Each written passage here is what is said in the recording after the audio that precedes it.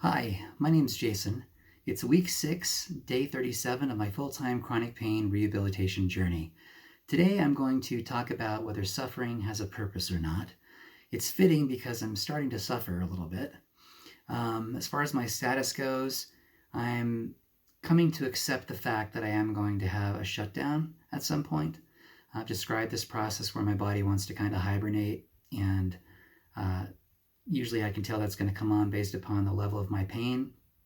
And I think I'm hitting a level of pain now where I believe that's going to happen in the near future. It may not be tomorrow, but I can tell it's probably inevitable. So rather than dread it, I'm just going to accept the fact that it is going to happen, and I'm just going to have to work through it. The fun part of the rehabilitation journey might be coming to a close, and this is probably going to be the part where I don't even want to make videos anymore. But I owe it to anyone that can leverage the videos on my channel to be comprehensive and at least go through all the motions, right, every day. Um, the Performance Recharge Recovery Center therapist indicated that I'm the tightest I've been since I've been going there, and that concurs with what I've been feeling in my own back. I could just tell today that things were different; they were kind of wrong, and so I did everything I could to recover. I went to the chiropractor. I've got it all worked out with him, so he doesn't do anything that sets me off anymore. So we did some techniques there. Then I went to the recovery center, went down the list of myofascial techniques like cupping and scrubbing. We used the radio frequency transmitter to warm everything before we did any of that. We used a TENS unit, and then I went into the cold tub 4 times. So the first 3 times was for 3 minutes, and then the last time I went in for 20 because I wanted to really cool down the inflammation in my body. I don't know if that really worked. I also came home and I iced. So everything I could do to try to counter what I'm feeling has been done. And now I just have to kind of wait it out and see what happens. But I can tell I'm hitting a new phase of my rehabilitation journey, and I hope it isn't going to be as severe as it could be. It may just be a day or two. We'll see. But I'm not going to try to be a prophet and say what's going to happen tomorrow. But this is definitely worse than it's been to date. All right. The tip is related to this, which is don't rush. It's very easy when you get in with a personal trainer and start to develop a rapport with them. They kind of are your friends and they want to help you progress in your journey. They're going to try to push you, which is their job. But you know your body better than anybody else. They don't know your body as well as you do. And so you have to kick back and push back. And that's hard for me to do sometimes. And I feel like my last chest and back workout was a little too much. I probably should have pushed back harder. And that may be why I'm having the problems I'm having now. So I'm not going to beat myself up too much for it. But in the future, I need him to go slower on my upper body. My lower body doesn't seem to have problems for the most part. I can do, decline squats. But the upper body stuff is just more fragile and easier to set off, and I think we've triggered something. So we'll see how it plays out tomorrow. All right. For this segment, I'm a little nervous to go into it because when I'm energetic, it's so much easier to talk about. My brain just works better, and it's easier for me to talk about complex subjects. And there really is no more complex subject than suffering and whether it has a purpose. My wife and I were watching a movie this last couple nights called Shadowlands. It happens to be one of my favorites. I think it's incredibly profound. It is not a comedy. It is not a light watch. It is a heavy movie, and it will take something out of you, but it gives back a lot in return. It stars Anthony Hopkins, and he does a fantastic job of portraying a Christian apologist, someone who essentially is a defender of the faith, a defender of Christianity. He's very well known, and he's written a lot of different books. Not Anthony Hopkins, but C.S. Lewis, the guy he's playing. All right, a couple of quotes from the movie that I think are pretty noteworthy. The first is, "Pain is God's megaphone to rouse a deaf world." It's a catchy line, and there's a second quote that kind of explains what he means, and I think this is applicable to my journey. It really hit home that this is actually kind of what's going on with me right now. It reads, "I don't think God wants us to be particularly happy. I think he wants us to love and to be loved. He wants us to grow up. Something must drive us out of the nursery into the world of others, and that something is suffering." So if you go back a couple days, I've been talking about a pretty remarkable individual named Hal Elrod.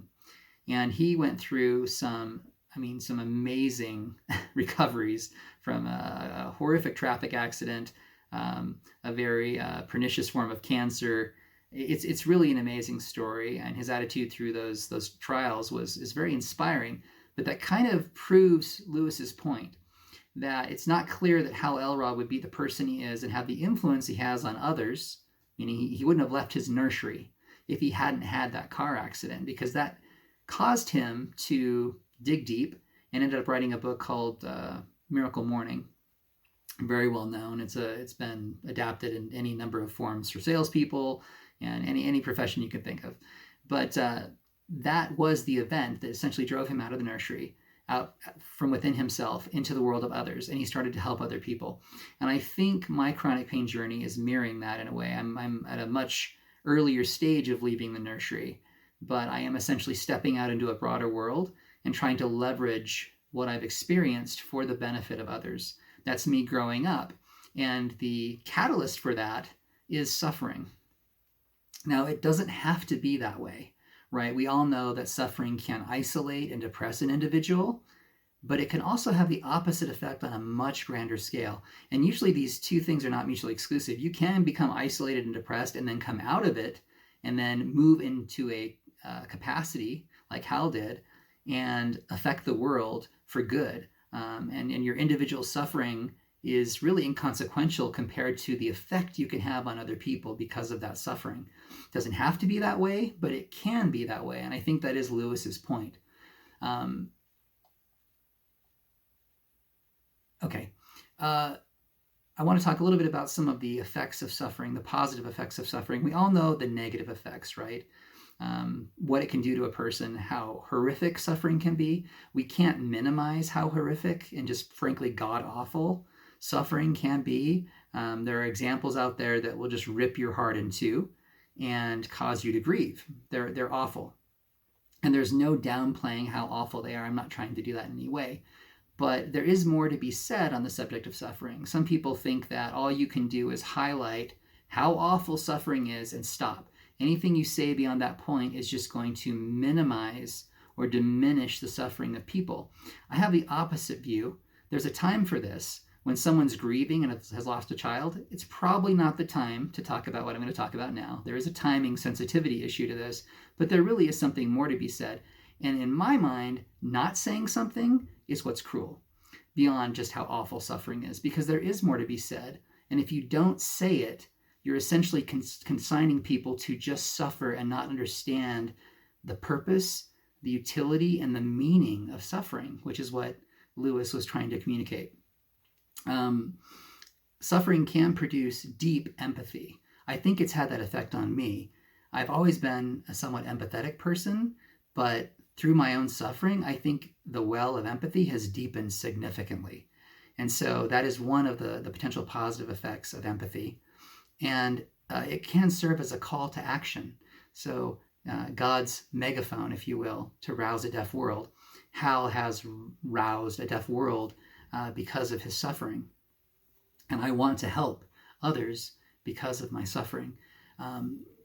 This really is not a simple answer to a complex question. A simple answer would be suffering just sucks. That's the simple answer, right? But suffering can suck, but it can also be necessary. It can also be redemptive. It can be inspiring. It can be many, many things all at the same time.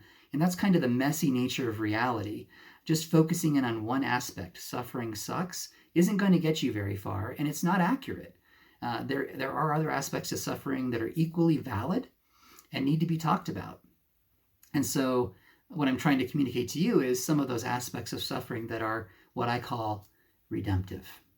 And I believe my suffering will be redemptive, not only my redemption through the process of rehabilitating myself, but also the process of me sharing this with the world. I believe it can help others be redeemed in a fashion. Fighting for your life means embracing the redemptive power of suffering.